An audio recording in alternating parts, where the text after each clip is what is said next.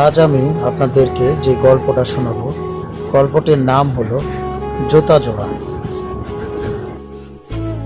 একদিন রাস্তার পাশে বসেছিল একটি ছোট্ট ছেলে।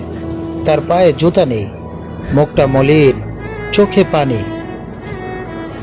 পাশ দিয়ে যাচ্ছিল একটি দামি গাড়ি। গাড়ি থেকে নামলেন এক ভদ্রলোক। তিনি ছেলেটাকে জিজ্ঞেস করলেন, তোমার কি হয়েছে বাবা, আমাকে বলো।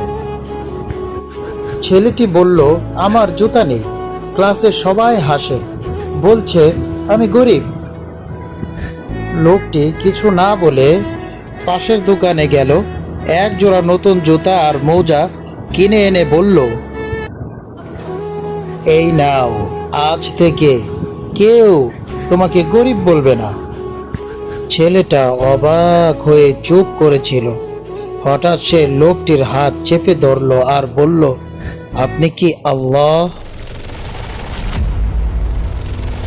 লোকটি ছেলেটির কথা শুনে অবাক নয়নে তাকিয়ে রইল এবং বলল, তুমি কেন এই প্রশ্ন করলে?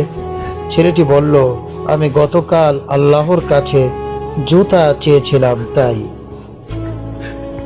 ভদ্রলোকের চোখে পানি চলে এলো। তিনি জবাবে বললেন, আমি শুধু একজন মানুষ, কিন্তু আল্লাহ চেয়েছেন আমি আজ তোমার জন্য জুতা এনে দেই। আল্লাহ যখন কোনো দোয়া কবুল করেন, তখন তিনি কাউকে তোমার কাছে পাঠান মানুষ রূপে, ফেরেশতা হয়ে। তাই আমরা সব সময় আল্লাহ তাআলার কাছে যাব, আর আল্লাহ তাআলাই আমাদের সব কিছু সমাধান করে দিবেন।